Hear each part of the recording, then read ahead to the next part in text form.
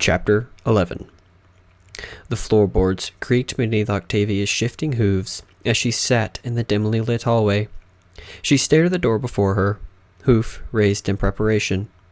Yet, that was as far as she could go. Her leg moved forward a little, retreated, shook, moved forward again, and then stopped. Her stomach felt empty and acted like an anchor, refusing to let her do what she wanted.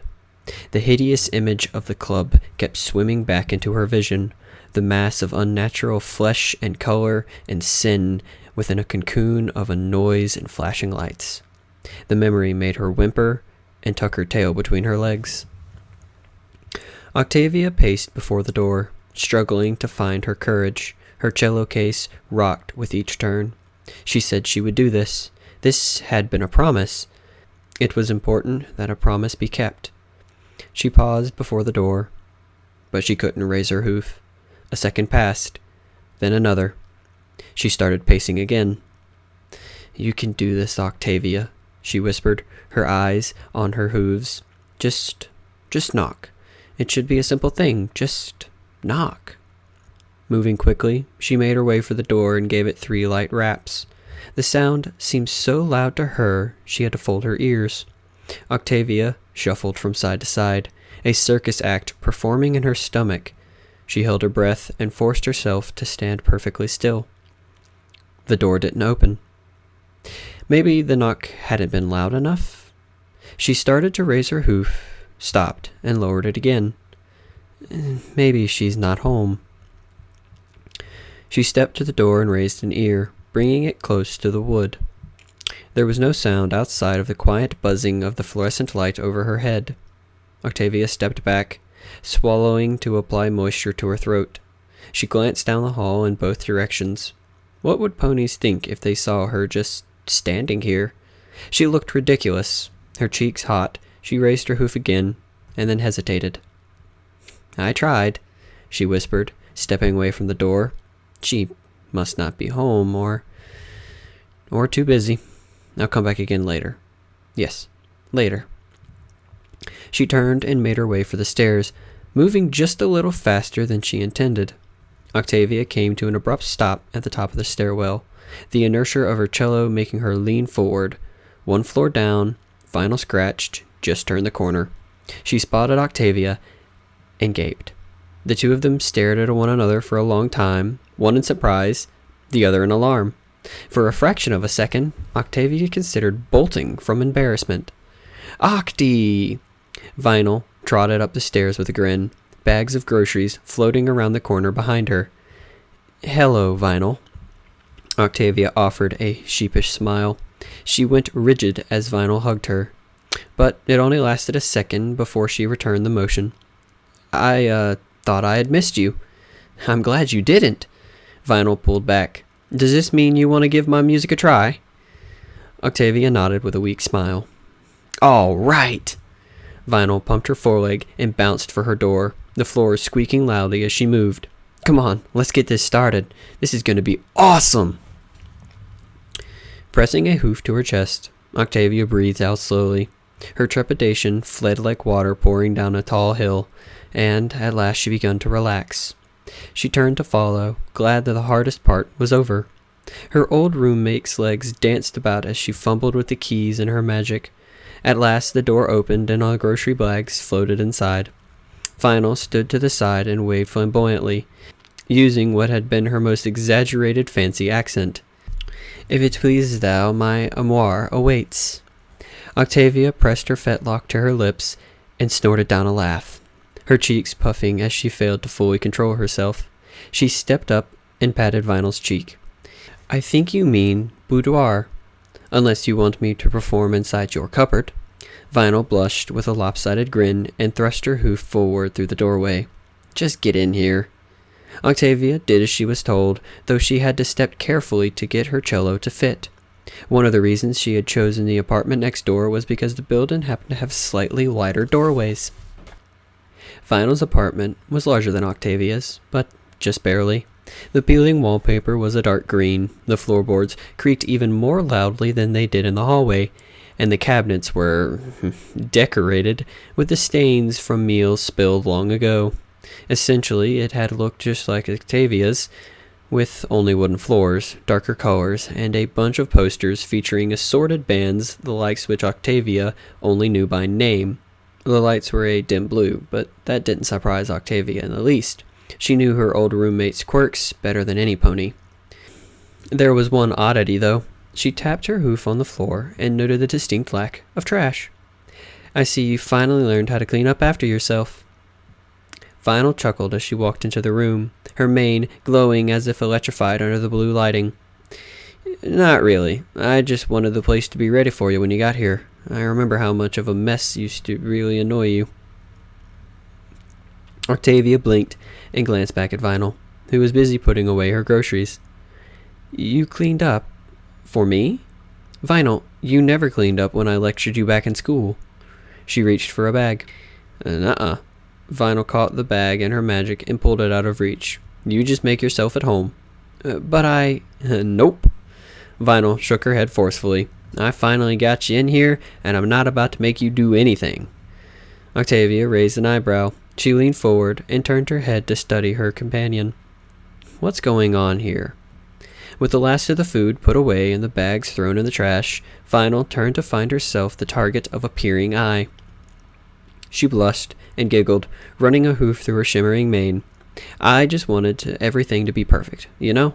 I remember how you were in school, Octi. You never practiced in our room because the mess was a distraction, and I want you to play at your best." Octavia sat and waved her hoof around the room. "How long have you been keeping it like this?" Let's see." Vinyl tilted her head back and mumbled, her maroon eyes shifting back and forth as she ran the calculations under her breath. "A little over a month." "A month?" Octavia felt her jaw drop. She stared at the blushing Vinyl, then around the clean room. "You've been doing this for me?" The pony nodded and fitted with her hooves. "I really want your help with this, Octi." "Wow." Octavia glanced around once more, trying to imagine just how much willpower her sloppy friend must have been exercising all this time. She sighed and offered a warm smile. "I'm sorry I made you wait so long." Vinyl gave a weak laugh, her head low. "Me too." She shook her head, the glow of her mane creating shimmering patterns. What the hey? I'm gonna turn into you at this rate. Come on, let me show you what I've been trying to do." Octavia followed Vinyl through a small hallway, through which she had to walk at an angle in order to get her cello case to fit. With Vinyl's assistance, they entered a small room that was just large enough for both of them to stand comfortably. Next to a window in the corner was Vinyl's synthesizer, which was the same old black tool she had been using all throughout college. It was covered in circular stains and stickers representing the many locations Vinyl had been to so far in her life. Octavia let out a small sigh at the sight of the device. She reached over and touched the rough surface of it, running her hoof among the keys, memories of college life running through her mind. "We had many an argument over this little monstrosity." She glanced through the window, finally seeing what her apartment looked like from Vinyl's side of the street. Vinyl, her mane no longer glowing now that they were out of the blue lighting, sat on a stool before the synthesizer and gave a warm smile. "I miss it too." There was a mess of wires on one corner of the device. Something within shined blue. A pair of thick headphones floated from under the electronic mountain. Vinyl took a moment to brush off the wires from the headphones. "You set up your cello in that corner over there while I get this prepared. This place is designed for living, not for acoustics, so we'll have to use headphones to get the right sounds." "Okay then." Getting the cello case off of her back in a small room required some work, and Octavia had to stand in the hall to open it. She slid the case into the doorway and finally managed to get her cello set up just as Vinyl finished untangling 2 headphones from the wiring. "Okay," Vinyl turned to Octavia, fidgeting in her seat. "Before we get started, let me explain some things. First, there are 3 songs I want you to listen to. I already made most of the instrumentation on the synthesizer, but classical instruments sound like breezing farts on this thing, so what you're gonna hear won't be all that great. That's why I need to record some real instruments." Octavia smirked. "What, you mean you are actually going for quality? Vinyl, I didn't know you had it in you." Yeah, Vinyl waved a dismissive hoof and rolled her eyes. "Anyway, I'm going to try to fuse modern music with classical instrumentation. This album focuses more on rock, but in the future I'm going to be blending things like jazz or dubstep with things like opera." "Opera?" Octavia tilted her head and peered at her roommate. "Are you running a fever?" Vinyl scowled. "Yeah, I know, you never believed I had the real music in me. And I've grown in the past few years, Octavia, and today I'm going to prove to you that I am almost much as a musician as you are." Octavia raised her hoofs. "All right, I'm going to give it a chance. Just understand that I am skeptical." "You won't be for long." Vinyl floated over the headphones to Octavia and turned to dig through some papers in a stack by her stool. After a while, she produced 3 sets of neatly stapled sheet music.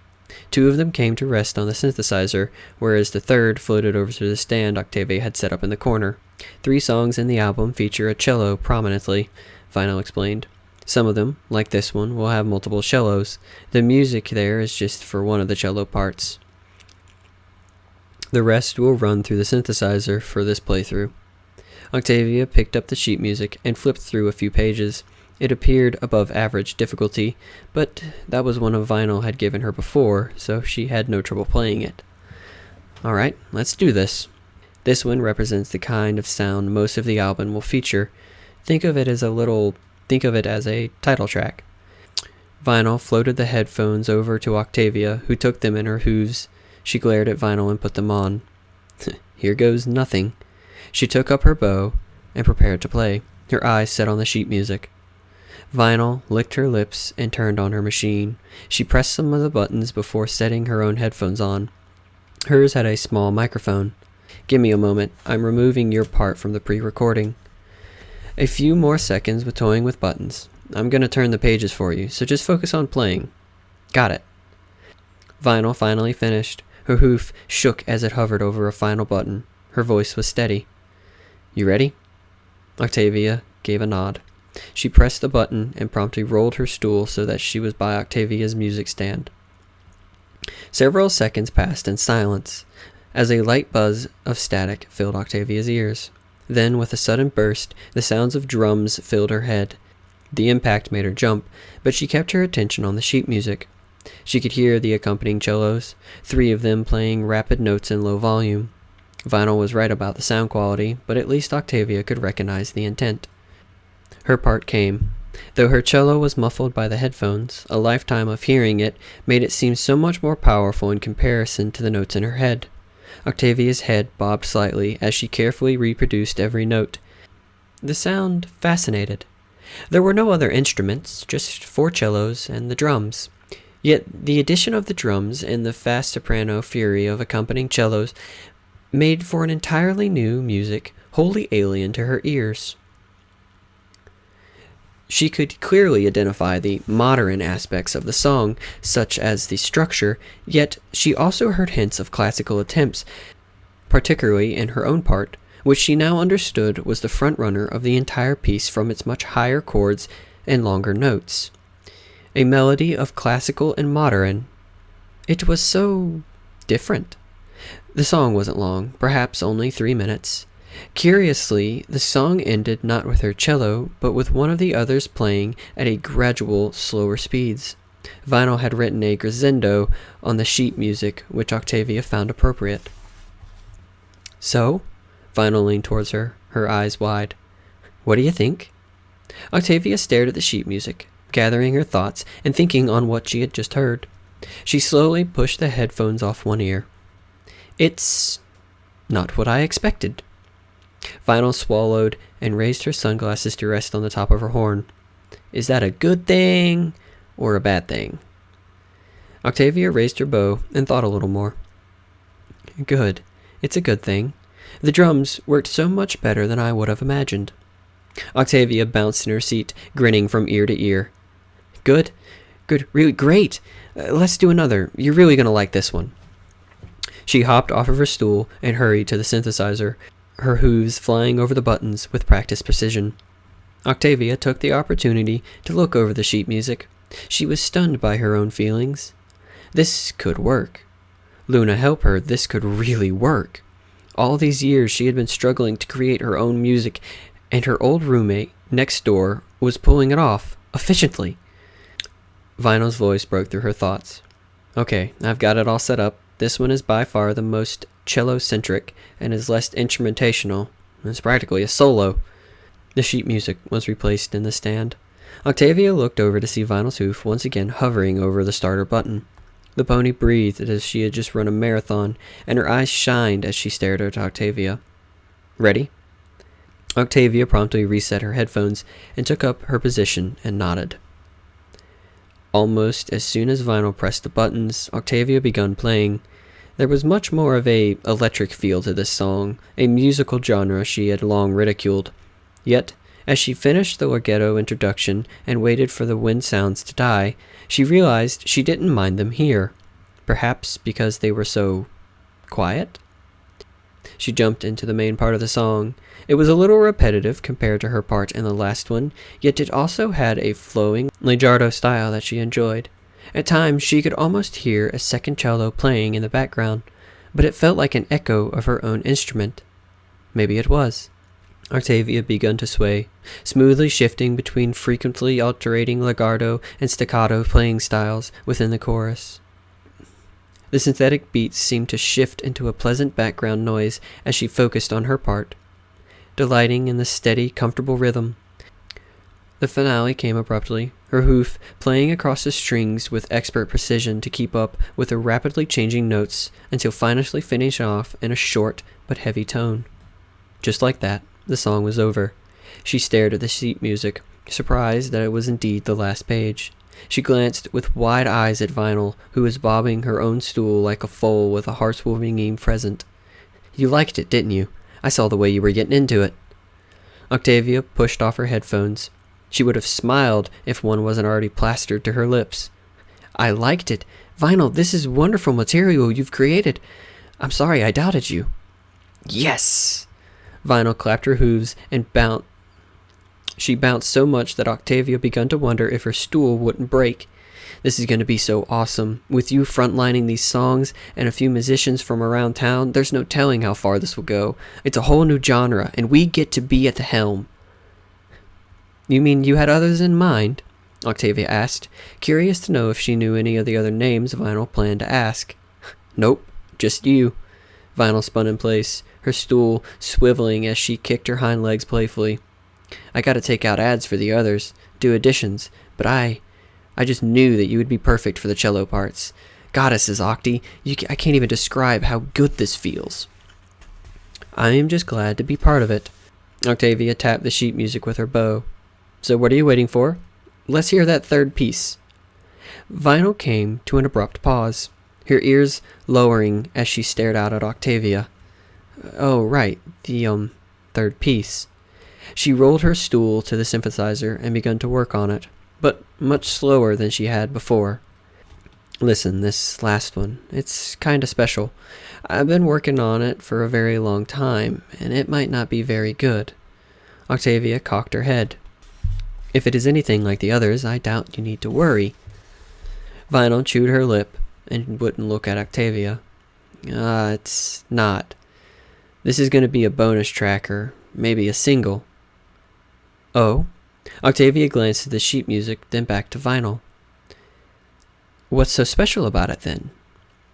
Vinyl was quiet for a few seconds, her attention seemingly devoted to the synthesizer.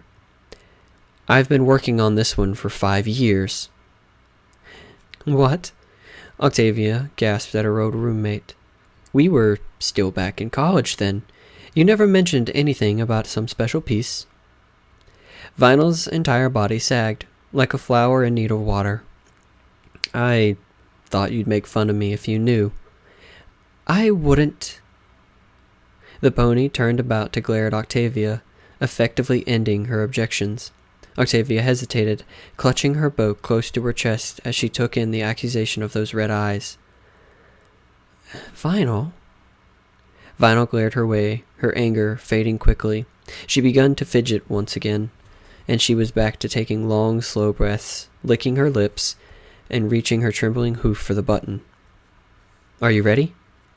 Octavia hurriedly resumed her playing position. "I don't have any sheet music." "Oh, right." The music was replaced by a much thicker stack than the other two. "All right," Octavia said. "Now I am ready." "Good." Vinyl hesitated, her cheeks brighter than a flame. She held her breath for several seconds, and at last she pressed the button down and moved to Octavia's side. "I wrote this one for you." Octavia gawked at her, but Vinyl merely chewed her lip and stared at the sheet music with determined intent. The music begun, with violins making a steady trenzenza tone, prompting Octavia to focus on the page before her. The introduction was long, but pleasant and graceful. The cello filled her ears with a steady, repeating series of notes that, while allegro, seemed very calm. Her part came, a steady but powerful series of legato notes. She swayed, enjoying a complete absence of heavy sounds or usual instrumentation. Then the violins came back. More cellos arose. Percussion, not the drums from the previous song, percussion with something stronger, calmer. Then all the instruments hit her at once. Violins, cellos, bass, cymbals, drums, flutes, horns, oboes. Octavia's breath was taken away as she found herself playing along not to a band. This was the familiar, loving, crafted work of an orchestra. She caught the faintest hints of Beethoven within the melody, a series of notes that she had played over and over again in her youth simply because they had been her favorite at the time. Vinyl had written a symphony, an actual symphony, and it was beautiful. Octavia couldn't comprehend the emotion that was coming over her. She swayed to an incredible sound that she had never imagined would come from one of her friends' minds. She loved every note, each carefully placed line, all the intricate melodies and motions. There was a repetition. She could sense the modern style within the music, but it had worked so delightfully even with every delicate tone, every perfectly placed instrument. It was so much longer piece than the others, yet there was still an ending that seemed to come far too quickly. When she played the last slow, gentle note, she fell out of breath and her eyes stung. She could only stand there and gaze at the music, her bow frozen to the strings as she struggled to withhold the emotions running rampant within her. Gradually, she turned. Vinyl's back was to her, the unicorn's body slumped and trembling. "Vinyl, you wrote this for me." Vinyl sniffed. "It's bad, isn't it? I worked so hard on it for so long trying to make it perfect. I tried so hard." Octavia set a hoof on her friend's shoulder, and Vinyl stiffened at her touch. "Vinyl," she whispered. "That was incredible." Another sniff. It was?" Grabbing her friend with both hooves, Octavia forced her to turn around. Vinyl's cheeks were moist, and her eyes were like saucers. Octavia wrapped her in a tight hug. "I have been trying for years to make even a simple song. I was so envious that you had written so many, but I always thought they were substandard work. I want to hear more. I had no idea you were so talented." Vinyl shifted with a weak chuckle, not returning the embrace. "Bull. You think my music is trash, don't you?" "I am so sorry." Octavia only held more tightly. "I am so sorry. This is an incredible gift, and I will never be able to match it. It was perfect, Vinyl." At last, Vinyl's legs rose. They shook as they wrapped around Octavia, but she finally returned the hug with the same force. "Thank you, Octi. You have no idea what it means to hear you say that." "But why, Vinyl?" Octavia leaned back to look into her eyes. The poor unicorn was all but sobbing. "Why did you need my approval? Why spend 5 years writing a song just for me?" "It was only supposed to take a year," Vinyl admitted, bowing her head into Octavia's shoulder. I didn't want to admit it when we were roommates, because I was a stubborn fool back then, but I always looked up to you. Your work on the cello was always so good. And it's not even your special talent. What was I doing? Scratching the crap out of keyboards because I was too lazy to learn a real instrument or focus in class? That's not... Shut up and let me get it out. Vinyl pulled back and rubbed her eyes, though she couldn't stop crying. Mom's a concert pianist. My dad could play 4 different instruments in his prime. I was such a disappointment to them, and there you were, no musical background, no formal musical education, and you were like a bucking pro. I was mad and inspired. I hated you even as I was crushing like crazy. Octavia sputtered, her cheeks heating up. Crushing? I remember thinking that I could prove to you I could be just as good at your kind of music. No, better. Then Vinyl sniffed and took a sheet of music in her hooves. She stared at the paper, shoulders shrinking. I realized I really wanted you to like it. I wanted your nod of approval. If that had happened, even if it was perfect, incredible, Octavia Melody could like something that I wrote, then maybe I could finally make my parents proud. It had to be just right. But it never was. It's still not. Octavia stared at her old friend, jaw hanging loose, as she struggled to take all this in. I had no idea that you thought so highly of me. That's because I didn't want you to. Vinyl held the sheet music close, the paper crinkling in her grip. She wouldn't look Octavia in the eye. I had so many crazy emotions all bundled up in that ugly knot. Hate, respect, approval, annoyance. Sometimes I wanted you to acknowledge me. Others I'd wished I'd never seen your face. I think I might have been in love for a while, crazy as it sounds. With the slightest of whispers, Octavia bowed her head and tried not to acknowledge her steaming cheeks. Vinyl held the sheet music at leg's length. This is the only time I will ever really explore your kind of music. After 5 years, I know it's just not where my skills lie. I had to do so much research, and spent lots of sleepless nights going crazy over just a few small notes in the whole thing. I attended more of your shows than you would think looking for inspiration. But you know, that work makes this the single most important piece of my entire life. This is the proof, see? It means that I can almost be amazing as you are if I try hard enough. Almost. Octavia felt a single tear running down her cheek, and there was a sinking feeling in her chest. But Vinyl, you've done so much more than I have. You've proven yourself better than me. I haven't written a single musical piece, and you made something so...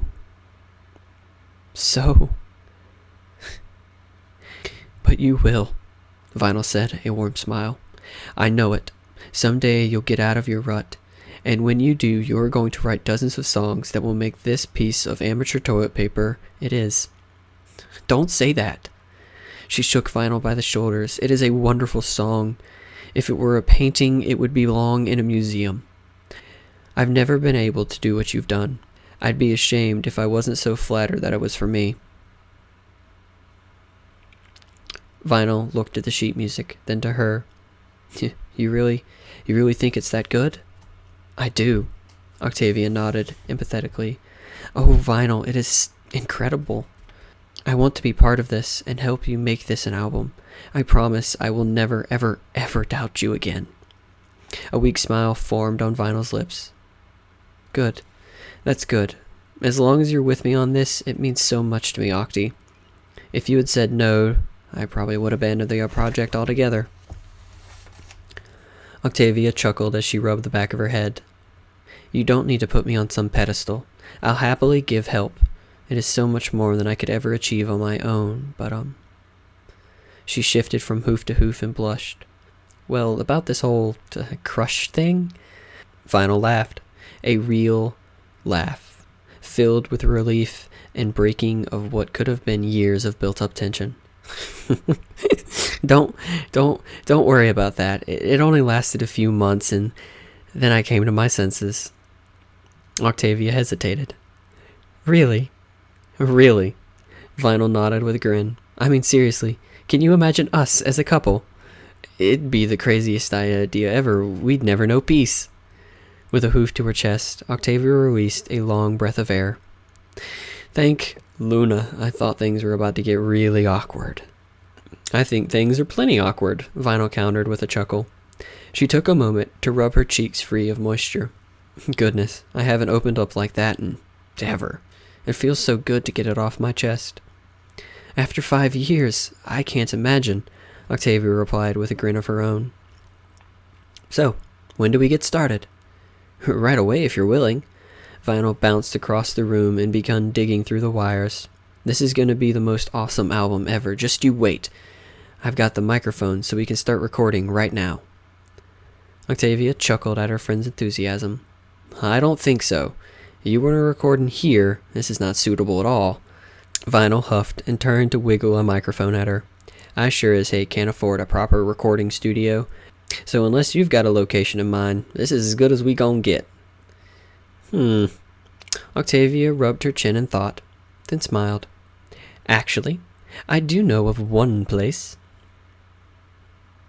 The intent white glare faded into smoothing darkness as a cool wind buffeted Luna as she fell from the sky. She made no attempt to control her fall, relaxing and letting the clouds come up to greet her. The condensed moisture chilled her like a splash of ice water, and her sore muscles tensed at the sensation. Though she shivered, she still kept her body relaxed, her wings and tail whipped above her. At last, she twisted so that her legs were aimed at the ground far below. Her great wings opened wide, catching the air and slowing her descent with a sudden, painful jerk. Luna didn't mind, for it felt akin to stretching after a long exercise. In a way, that's exactly what she was doing. The city of Canterlot spread out beneath her, glistening like a jewel even at night. Luna landed atop a particularly large building and stretched her aching wings before folding them at her sides. She shifted her shoulders and took a few light hops, her back and legs popping as she did. Each and every little crack sent a wave of pleasure through her, but it wasn't nearly enough to fully relax her body. Or her mind. She cast her gaze upon the city, her horn emitting a dim glow as her dream-weaving magic reset. The countless pillars of light rose into the dim sky in a wide assortment of colors. Blues, greens, purples, the occasional pink that she preferred to avoid. Even here and there she saw a red column rising up to pierce the moon, but the intensities were weak. That was a relief. How many night terrors had she put down this evening? She had stopped counting at 20. It seemed she had dealt with the last one, thank the goddesses. Her old enemy was angry. It had been ever since Octavia's last delightful visit. Part of Luna was pleased for this, for if her foe was upset, then things were clearly going well. Yet, she had also considered the grave danger to ponies unaware of the creature's presence, for none of them knew what the dark being within their dreams was not an illusion, but a true fiend. Luna kicked at the stone roof with a scowl. After over a year, she was no closer to catching it. She felt that uncomfortably familiar tug on her horn. A new night terror was taking place. Sighing, Luna launched into the air and made a wide turn in the direction her horn was guiding her. She sucked down a sharp gasp at the sight of Canterlot Castle. The blood-red line vibrated with a feverish intensity from the roof of Canterlot Castle's center tower. The night terror belonged to Celestia. It didn't take long for Luna to locate and land on the great balcony outside of her sister's chambers. How many times did this make? She peered through the curtains and watched as once again Celestia tossed and turned in her bed. Equestria's great leader of 1,000 years was sweating, the sheets tangled in her legs, her lips moved frantically but silently, and tears were running down her cheeks. Luna sighed. It would be such a simple thing to slip inside of her sister's mind. The night terror wouldn't be so easy to disrupt, though. Not after an entire night of doing exactly that. Besides, there was still that horrible, nagging worry in the back of Luna's mind, the question she yearned to answer but was too scared to acknowledge. To see her sister in such anguish tore her apart. The inability to help was almost infuriating, but she was determined to keep her promise. If only Celestia would open up to her and grant her permission. This problem could all be over and done with in short order. Luna pressed a hoof to the glass as she watched Celestia's trembling form. "Why don't you speak to me, dear sister?" Just then, the red line that arose from Celestia's forehead trembled and shook. The colors began to shift and fade. Recognizing the signs, Luna hurriedly stepped from the window and out of sight. A second later, Celestia woke with a cry that made Luna flinch. After a long, unpleasant pause, her elder sister began to sob. Cringing, Luna turned away and dropped off the edge of the balcony, waiting until she had fallen far enough not to be heard before spreading her wings for flight. She would not risk being caught eavesdropping. The night had grown old. In another hour it would be time for the sun to rise. With her mind in a state of calm turmoil, Luna landed on the balcony outside of her own chambers and went inside. There would be no more Nightmare Night Patrol tonight. She noticed the presence almost immediately. Though the darkness was Luna's domain, she'd encountered this stallion enough times to know that he had wanted to be found. "You presume to hide from your princesses?" His toothy grin appeared in the dark of a corner. "From the mistress of all night? Of course not, though it does make for good practice." She scowled at him. "I would prefer you not to do such things around me. You are meant to be hiding from Equestria's enemies, not its rulers." He stepped forward, his face entering the dim light of the moon from the window. He was a tall unicorn, his coat a molted brown and his mane black. His grin faded as he bowed his head. "My apologies, princess. It is a useful habit, and one that is hard to break." Luna sniffed, looking down her muzzle at him. "I suppose I should expect no better from Equestria's highest-ranking spy. Did you get what I commanded?" "Indeed." The stallion's horn shined red, and a manila folder floated into the light. "The mayor you seek has a significant record, so we have a lot of information on her." "A record?" Luna took the folder in her magic. "She is an enemy of the state?" "Of the Nildian state, not Equestrian." The stallion shrugged. "Simply put, she is a crime boss. Her family doesn't know. They think she is merely a banker." "I see." The idea left a pang in Luna's heart. "And what is the official position of your organization in regard to her?" The spy waved a dismissive hoof. "Her actions don't negatively impact Equestria, so she is outside of our jurisdiction. Otherwise, she falls into the rare category of good villain. She is the kind of criminal we want to keep in power, lest her downfall bring out some criminals that are the real monsters. Unlike most criminal leaders, she has a tendency to better the lives of those around her, provided they don't get in her way, of course." "Thank you." Luna set the folder on her bed. "I will be sure to read the file in detail. That will be all." The stallion bowed his head. "A pleasure as always, princess. I look forward to our next talk." He stepped into the shadows. There was the slightest indication of magic, and then his presence was gone. A teleportation spell, no doubt. As soon as she was alone, Luna grabbed the file and stepped into her greeting room. Though dim, the room had enough lighting to let her take a close look at the manila folder. To her despair, the name on the folder was indeed what she had feared. Benjamina Melody.